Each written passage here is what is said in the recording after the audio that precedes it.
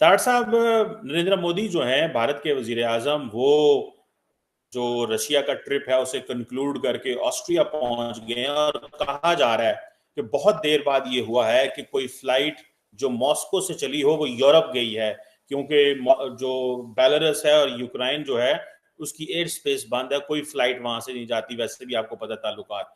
एक तो मोदी साहब के बारे में ये कहा जा रहा है कि he is a one man who can connect all of them. दूसरा, तार साहब, अगर देखा जाए तो 80-81 पैराग्राफ्स हैं दोनों मुल्कों के, जो जॉइंट बायलैटरल स्टेटमेंट जारी हुई है।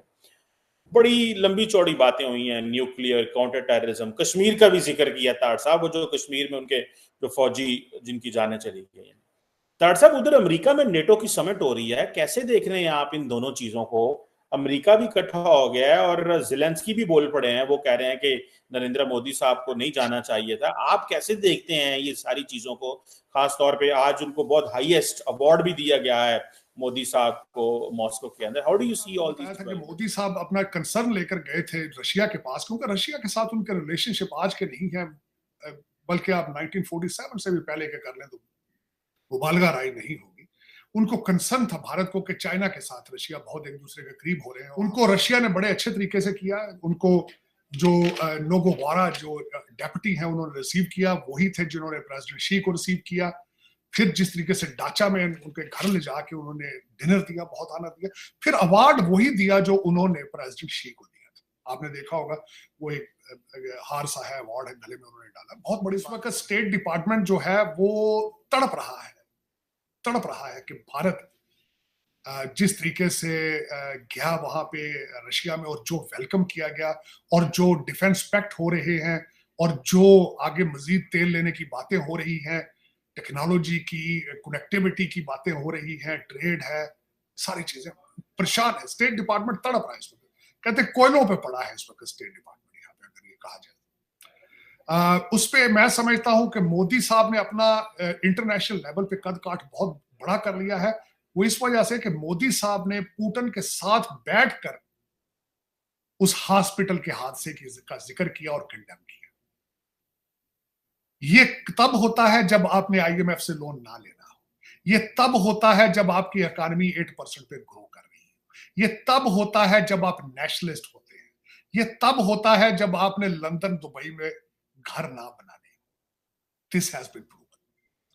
तो ये सबसे बड़ी बात थी। उन्होंने वहां पे बैठकर ये बात की। उन्होंने कहा कि बच्चे जब मरते हैं तो दुख होता है, बच्चे जब मरते हैं दुख होता है। ये उनकी स्टेटमेंट थी उनके साथ बैठ के। मैं इस वक्त भारत की जमहूरियत से बहुत ज्यादा इंप्रेस्ड हूं। आज मैं दो चीजें मैंने कल इसमें जो सीखी हैं, पुतिन इज नेशनलिस्ट और मोदी साहब नेशनलिस्ट। जो आप बात कर रहे हैं कि चीमा साहब, जो आपने बात अभी की है कि ज़ेलेंस्की ने भी स्टेटमेंट दी है और स्टेट डिपार्टमेंट ने भी स्टेटमेंट दी है कि हम भारत के मूव को देखेंगे, और जो जॉइंट स्टेटमेंट आती है उसको हम बड़े गौर से देखेंगे।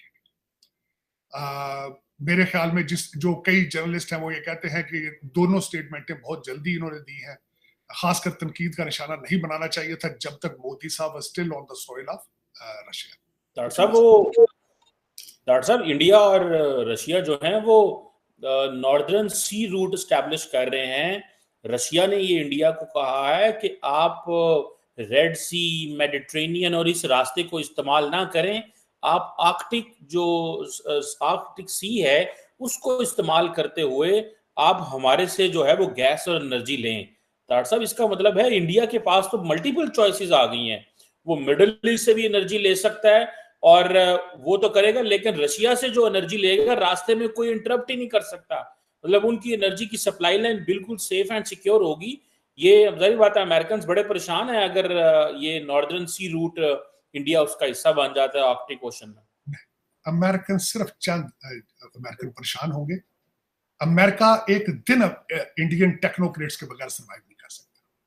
एक दिन अमेरिकन भारतीय इंडियन टेक्नोक्रेट चला रहे हैं, एक दिन नहीं निकलता। कुछ भी कर ले, अमेरिका अब आगे फ्यूचर में अमेरिका सर्वाइव करेगा इंडिया की वजह से। India will make American decision. I am telling you, I am watching it from Washington DC.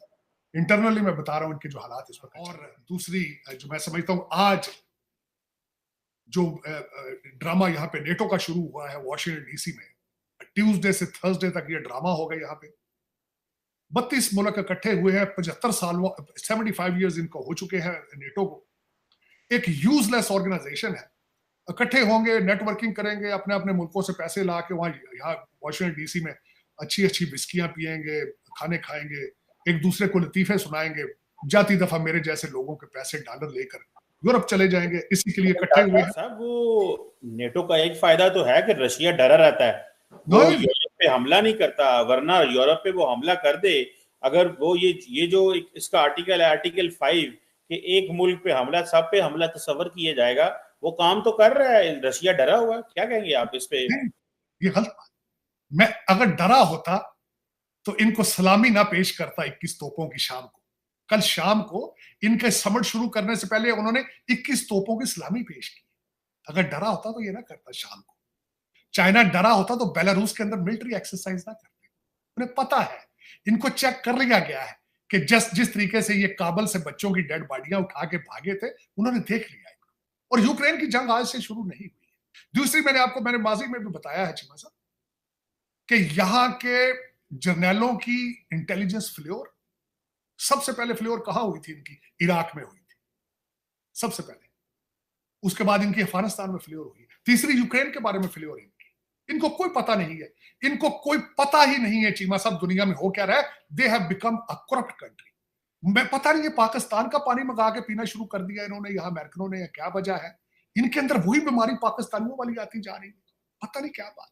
मैं हर रोज चीखता हूं, जिस करप्शन को, बददियानती को मैं छोड़ के आया था अपने पीछे, वो मेरे पीछे आ गई यहाँ पे अमेरिका। मुझे कोई फर्क नहीं लग रहा इनमें।